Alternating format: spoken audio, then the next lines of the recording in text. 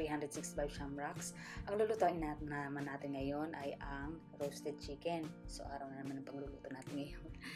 Roasted chicken at sa oven natin siya iluluto.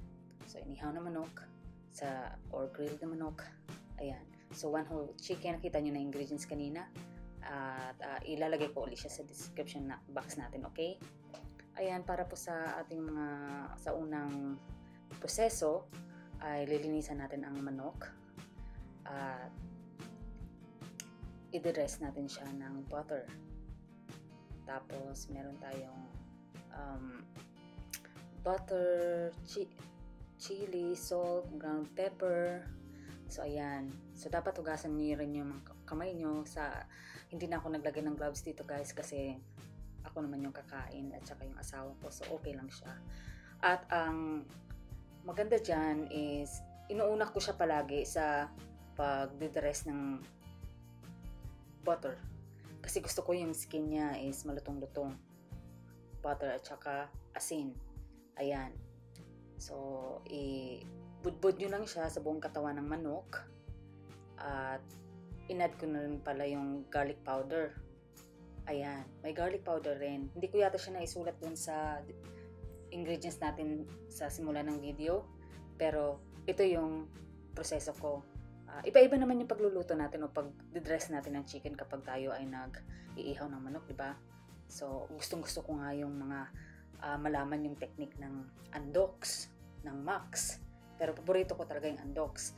At syempre, hindi naman nila may share yun, di ba? Pero ito lang yung version ko.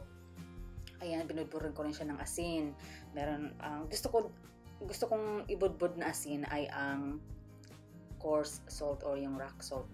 Kasi mas okay siya. Dito kasi sa Ireland, guys, hindi yung rock salt dito hindi katulad sa rock salt natin sa Pilipinas.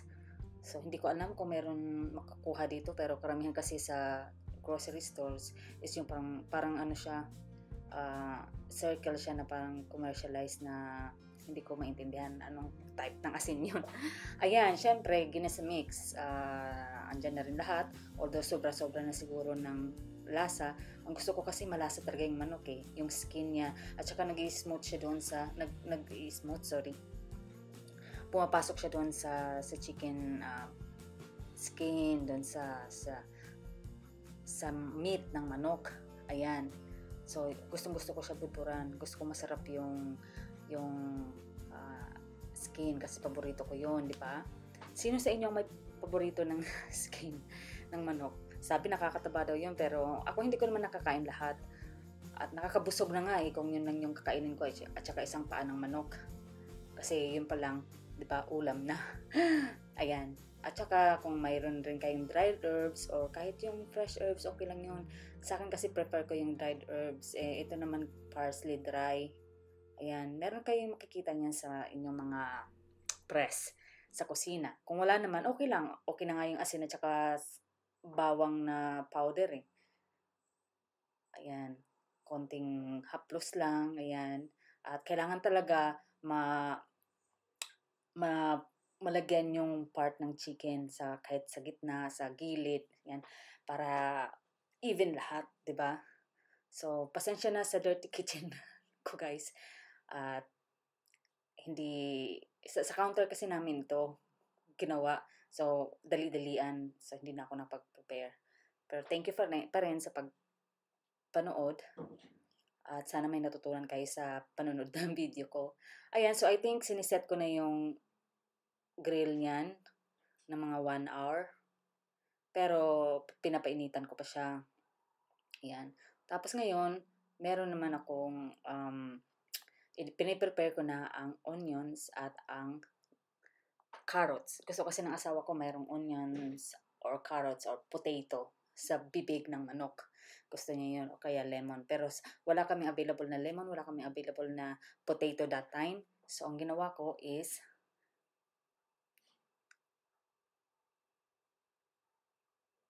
ayan, onions lang yung ginawa ko. So yun lang yung ginawa ko. Yun lang yung nakuha ko sa fridge namin. Malalaki yung onions dito, guys. So, okay na yung isa lang. Hindi ko naman siya kakainin, yung kakain niya yung asawa ko. Hindi ako mahilig kumain ng onions kahit na naluto siya. Masarap lang talaga yung onions sa kasama sa mga iba't ibang dish. Minsan masarap siyang kainin pero hindi ko siya kayang makain lahat. Siguro yung mga um, taong mga taga dito is yun talaga yung paborito nila. Kasi kapag nagluluto ako guys, lagi gusto nila um, maraming onions. Hindi ko alam kung bakit. Hindi sila masyadong magalik pero ma-onion sila. Ayan, mga Bombay. Hindi naman sila Bombay pero mahilig sila sa Bombay. Sibuyas Bombay sa Bisaya. Ayan, so ipinasok ko na siya doon sa tiyan ng manok. Tiyan. Bakit ko ba sinasabi bunganga ng manok? Mali, sorry guys. Ayan, nagtao lang. So, ayan, nilagay ko na siya sa tiyan ng manok, sa loob ng manok. Tapos, dapat nga tatahiin ko pa yan eh. Kaso, sobra-sobra ng effort, di ba? So, hindi ko naman siya ibibenta. Ayan. Basta, meron ng, magkaroon ng juice doon sa loob ng manok, okay na yun. Siyempre guys, huwag niyo rin kakalimutan na sa loob ng manok, lagyan niyo rin budburan niyo rin ng pan-dressing na ginamit niyo kahit na yung butter lang. Ang butter kasi na ginamit ko, salted butter siya or maybe ano lang, simpleng butter lang. Yun. Ayan, yan yung ginamit ko. At yun yung ginawa ko at nahihirapan ako talaga magtali uli sa manok. So, nung binili namin yan is nakatali siya pero hindi ko na siya alam kung paano ibalik. Ayan. So, maibabalik ko rin yan. At hindi naman kasi ako maalam sa ganito. Alam mo, sa Pilipinas, ang ginagawa ko talaga kapag nag-grill kami sa labas hindi sa oven eh. So, alam mo na, dito kasi hindi ka pwedeng mag-grill or sa labas dahil during this time, I think it was winter nang ginawa ko ito. Ayan. So, ayan, presentation. Pasensya na guys ha, kung hindi masyadong maganda ang presentation ko. Hayaan na natin. Good vibes lang. Ayan, so, nire-ready ko na yung baking pan kung saan ko siya i-grill dyan sa pan na yan. Ayan. So, ngayon, siguro okay na siya na ilagay doon sa oven that time. At I think, nagpe-prepare na rin ako nito ng sauce. So, sana maging okay yung sauce na gagawin ko. O actually, ayan, so hindi ko pa pala nailalagay ang manok dito. Ibig sabihin, nag-aantay pa ako na yung grill is maset ng maayos. So, ngayon, habang naantay ko yung grill na maset ng maayos, meron nga pala akong mushroom guys. Nakalimutan kong ilagay sa first ingredients natin. Ito naman ay para sa mga sauce. Ito yung mga hinahalo ko sa sauce. Ayan. Kahit isang stalk lang ng spring onions, ng bell pepper, kahit mga dalawa o tatlo. Dalawang piraso lang ng mushrooms, button mushrooms, okay na eh. Ayan, gusto ko kasi medyo may naglalangoy dun sa sauce na gagawin ko. At gustong-gusto ng asawa ko yan. Ayan, so hiwa-hiwa lang. At kung wala naman kang available na pandagdag sa sauce nyo guys, okay na rin yung toyo, yung butter, tapos yung cornstarch. Konti lang na cornstarch kasi ayaw ko rin na sobrang lapot eh. So, ayan. Ayan yung ginagawa ko kapag nagluluto ako ng roasted chicken. At minsan nga, hindi na ako nakapagluto ng sauce eh. Yung sauce na lang na meron kami available sa press. Ayun yung ginagawa ko. So, medyo maliit-liit yung pagkakahiwa ko sa kanya guys sa spring onions. Kasi, hindi rin maganda na malaki yung mahihiwa ko dyan. Eh, pangdagdag lang naman yan sa panlasa ng sauce, di ba? Ayan. So, medyo tapos na siya. Yung bell pepper naman, I think hiniwa ko siya ng medyo maliliit. Kung wala kayong bell pepper guys, okay yung siling liit, siling labuyo, okay na yun. Wala lang talaga akong available na siling labuyo dito nung time na to na ginagawa ko to guys eh. Kaya ayan. At sana guys, kung may tanong kayo, ilagay nyo lang din sa comments or email nyo lang ako. At kung may gusto kayo na try kong lutuin. Alam nyo guys, hindi naman ako talaga nagluluto ng lahat ng dish na Filipino. Ito lang yung mga sarili kong version. So, sinasabi ko lang sa sarili ko, at least marunong ako magluto, di ba? Okay na yun. At kahit sino naman matututunan ng pagluluto. Ito, masarap sanang kainin ang ganitong dish kapag summer. Tapos may coke, tapos may kanin, ayan, di ba? So, masarap sanang lutuin, kainin ito kasama ng maraming tao, ng pamilya. So, since dito kasi sa Europe, medyo loner yung mga tao dito eh. Medyo, ano sila eh, focus lang sila sa sarili nilang family, kung may anak ka na, yan, ganyan-ganyan. Hindi masyadong okay dito na may tao sa ibang tao sa bahay, ganyan. Kami lang dalawa ng asawa ko at yung mga aso namin. So ito, kumakain kami. Enjoy naman, pero palaging mga naiisip, ang ganda sana kung kinain ko to sa ilalim ng araw, ng summer, 'di ba? Maganda sana siya. Since hindi naman summer dito palagi sa Ireland. Ayan. Kaya hindi na naman siya reasonable, 'di ba? So, yan, pinapakita ko na sa inyo yung panghalo ko daw sa sauce. So, gumagawa na ako ng sauce niyan. Hindi ko nga lang alam kung naipakita ko yung, na-videohan ko yung sauce guys eh, kasi medyo nahirapan yata ako during that time. Siyempre, nag-uumpisa pa lang naman ako sa video ko. At lahat ng ito nakatago. Ayan. So, ngayon, I think na ilagay ko na yung chicken sa part na ito. At I think yung inaantay ko na lang siguro matapos yung oras ng pag-grill. So, habang nagluluto ako ng manok, sasabayan ko na rin ang pagluluto ng kanin. Ayun guys, ganyan ako magluto ng kanin sa rice cooker. At naubusan na rin ako ng kanin ng bigas dito. Ako'y lagi nauubusan kapag nagluluto. Pasensya na guys kung nakikita niyo ang aking mga kapalpakan. At okay lang naman na mapansin.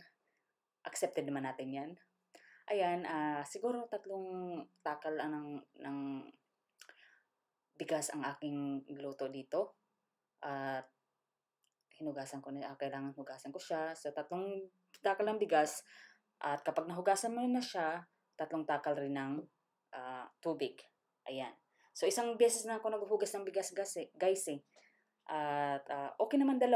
Normally sa Pilipinas 2 ang ginagawa ko. Pero dito, hindi ko alam kasi hindi masyadong ma-flour yung bigas.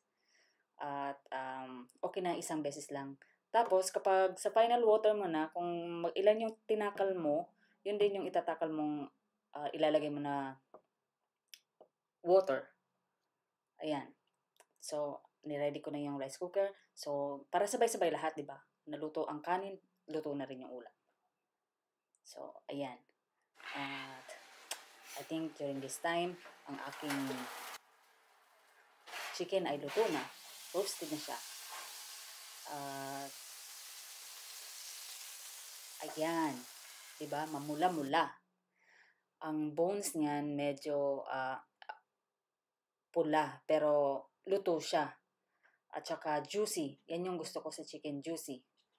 At masarap, diba? Ayan. O, diba? Kayang-kaya niyong lutuin yan, guys. At saka, ang amoy, sobrang sarap ng amoy. Yung aroma niya talagang, sa kitchen namin guys, parang buong bahay kitchen. Kasi kapag nagluluto ako, lalo na kapag garlicky yung niluluto ko, oh my God, talagang pumunta ka sa banyo, pumunta ka sa kwarto, amoy lahat. Kasi maliit, square lang yung bahay namin eh. So lahat talaga na-absorb. Lahat ng amoy sa kusina na-absorb. Ayan. Kahit yung kapitbahay namin, nakakatuwa nga kasi yung kapitbahay namin, tinatanong ako kung anong niluluto ko kasi naamoy daw nila. At ang bango-bango. Ayan. So, nagpapasalamat naman ako at napapansin yun, pero hindi ko naman sinasadya na maamoy nila yung ulam ko. Minsan, ang ulam ko hindi naman ganun kaamoy dahil lalo na kapag may mga isda, ayan, baka naamoy rin nila yun, di ba? So, ayan, luto na rin yung sauce ko, guys. So, sa sauce naman, guys, madali lang naman siya. So, nagpainit lang ako ng pan, nilagay ko lang yung butter, Tapos, habang medium heat lang, habang niluluto ko yung butter, nilalagay ko ng isang kutsara ng cornstarch or flour, at saka tubig, soy sauce, at ang mga panlasa ko is pepper, lahat ng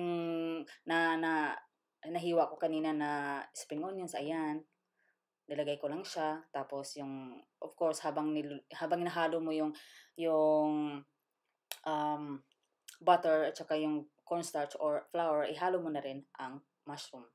So, luto na yung mga pagkain ko. Okay na yung sauce.